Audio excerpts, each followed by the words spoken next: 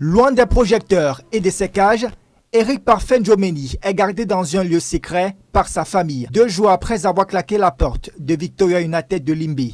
Selon les avocats commis à sa défense, le jeune gardien de 19 ans aurait subi 4 jours de captivité, séquestré et torturé par les responsables de son équipe.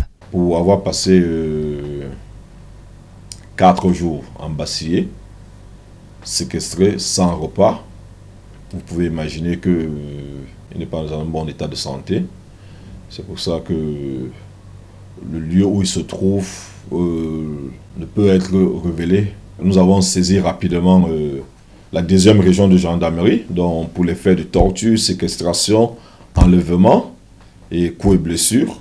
Et nous avons également aussi saisi le Sénafor.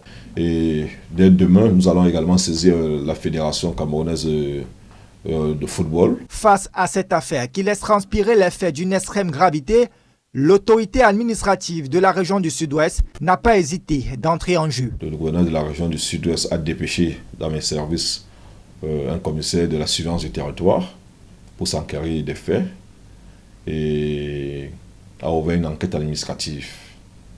Et le procureur général également, près la cour d'appel du Sud-Ouest également, a ouvert une enquête administrative, une enquête judiciaire. Contrairement à certaines informations qui circulent sur la toile, la défense du joueur affirme qu'aucune réunion n'a été tenue entre la famille, les dirigeants de Victoria United et l'Association nationale des footballeurs du Cameroun. Parce que je n'ai jamais rencontré aucun dirigeant de Victoria United. Les seules personnes que j'ai reçues dans le cadre de cette affaire jusqu'à ce jour, c'est un commissaire de la surveillance du territoire qui est venu à mon bureau, envoyé par le gouverneur de la région du Sud-Ouest, et la FECAFOOT à travers M.